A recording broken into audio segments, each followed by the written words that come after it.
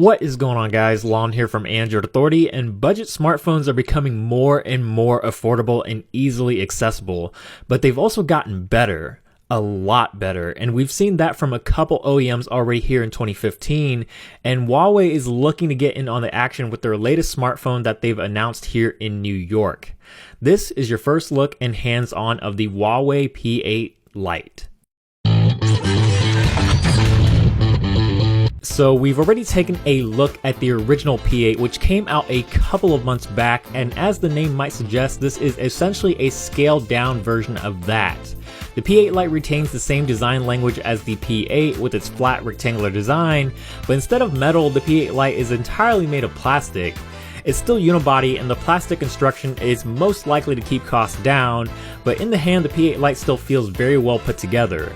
It's also pretty thin at 7.7mm with some narrow side bezels that makes the phone easy to use in one hand. The plastic is mostly smooth with just a slight ridge texture on the backside that helps a bit with the grip. There's also a gold frame with a faux brushed metal finish that extends a bit beyond the front and back panels to give it a more elegant appeal. The power and volume buttons are on the right side where they're easy to reach, and the remaining ports are in their typical places with the 3.5mm headphone jack up top and micro USB on the bottom, flanked by a speaker and a microphone. On the front is a 5-inch LCD display with 720p resolution, so it doesn't exactly stand out amongst the crowd, but it can still get the job done. The screen is a good size for people who don't want a gargantuan sized smartphone, and at 5 inches it keeps the pixel density at a respectable level that most content still looks fairly sharp.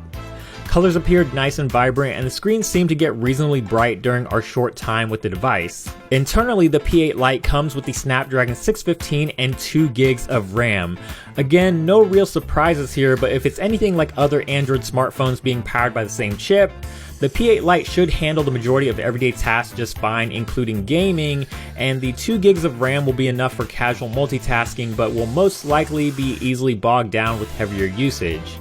Huawei's Emotion UI is also one of the more fluid Android skins out there, so you can expect an overall smooth experience that isn't going to break the bank. 16 gigs of storage can also be found inside the P8 LITE, and it's expandable via micro SD for up to an additional 32 gigabytes.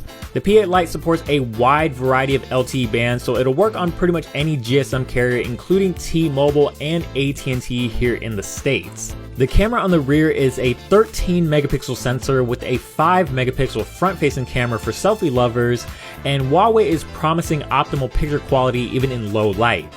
The camera software will be very familiar for anyone who's used a Huawei device in recent past. There's just a few modes like photo, video, and beauty that can easily be toggled through just by swiping on the display. There's also an all focus mode, which lets you adjust the point of focus after the fact, which at this point in the game isn't anything new, and plenty of other phones do it, but it's still a handy feature to have. The battery is a 2200 non-removable battery, which is the trend with most modern day smartphones, as removable batteries are starting to become a dying breed, but the 2200 mAh battery should still be enough to get the P8 LITE through a full day, especially considering it's only powering a 720p screen.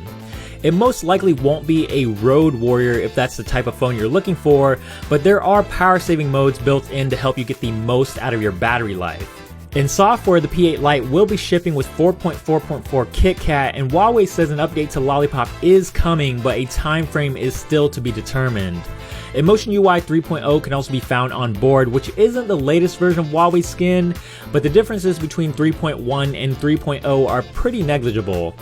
All the features that you might expect, like one-handed mode, easy mode, and a built-in theme engine to tailor the experience to your liking, are all still present here.